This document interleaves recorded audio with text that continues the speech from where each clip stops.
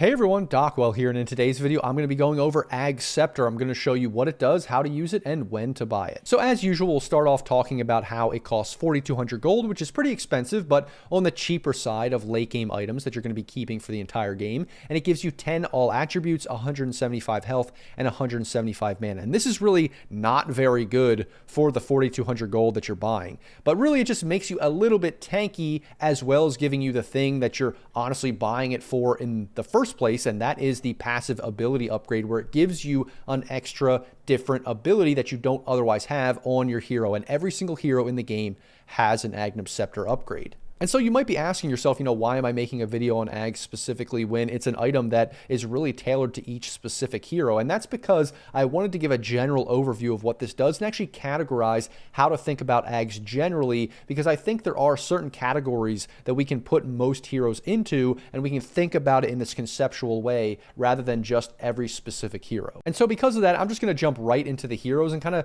break down the categories of heroes that I think Aghs can fall into. I think there really are four main categories. The first category is a hero that will buy Aghs every single game as like a first or second item because it's just core to what the hero does. Then the second category is a hero that buys it almost every game, but it's not until like the late game. It's kind of a luxury item later down the road. It's not something that's core to the hero in terms of, farming or building early. It's just a very good item late that you're not going to be getting all the time unless the game goes that late.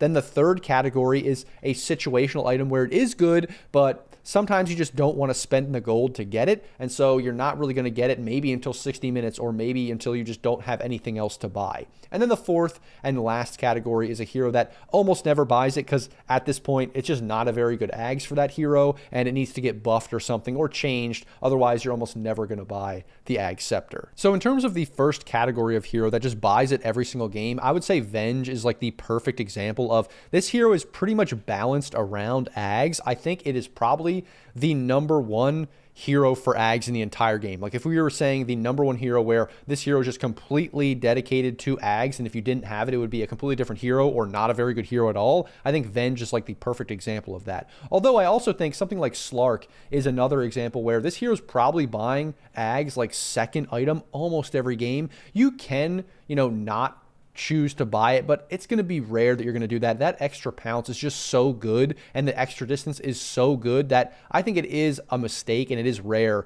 that a hero like Slark won't be buying Aghs in the game. Then for the second category of hero, I think something like OD is a good example of a hero that you're not going to be buying Aghs super early. It's not fundamental to what the hero does early. You're just going to be astraling people. You're going to be doing a lot of damage. But once it gets into that 30-40 minute mark, once you have 3 or 4 items and you do a lot of damage, just having a BKB and an Aghs or, just extra survivability with that Aghs is so good that you're probably going to want to pick it up in every single game if it does go late enough. I think another hero like that is Scepter. It's like you want to get the items that allow you to just, do a lot of damage when you are ulting in, but late game you do want to get Aghs, especially if you're going Radiance. You do want to get that Aghs at some point, even though it's going to be like a third or fourth item.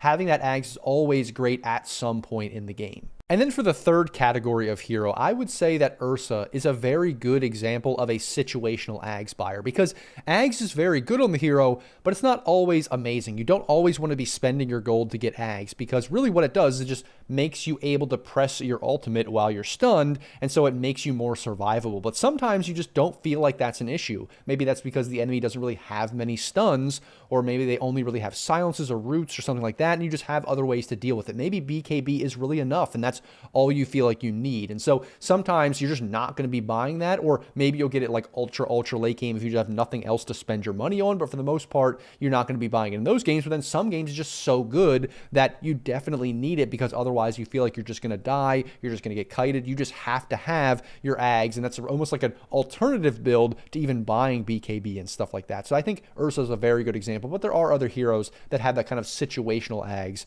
as I talked about. And then for the last category of hero that just never buys the item, it's not really good. I think Enchantress is a good example of that. No one even really knows what the Aghs does. It's not all that great. I think another good example was Centaur back when they first introduced the cart. It was something that it was just a meme. No one was really buying it. They have buffed it recently, and people are realizing, oh, this isn't that bad. But still, there are these kinds of Aghs that they usually first introduce them, or they're really not that great, and so people are almost never buying them, and they're just kind of ignored completely until they get some buffs. And I think those are two pretty good examples of that kind of fourth category of Aghs. It's almost irrelevant to the hero as it currently stands. And then in terms of building Aghs, this is how you build it. You have these three components and the point booster, basically Staff of Wizardry, Ogre Axe, and Blade of Alacrity, all 1,000 gold, and then the 1,200 gold for the point booster. I would say for the most part, you're going to be buying Ogre Axe first almost every single time. You can potentially get point booster if you're just like, you know, you have 1,200 gold and you're near the secret shop. You could totally buy this first, but you want the Ogre Axe because that 10 strength just makes you way more tanky.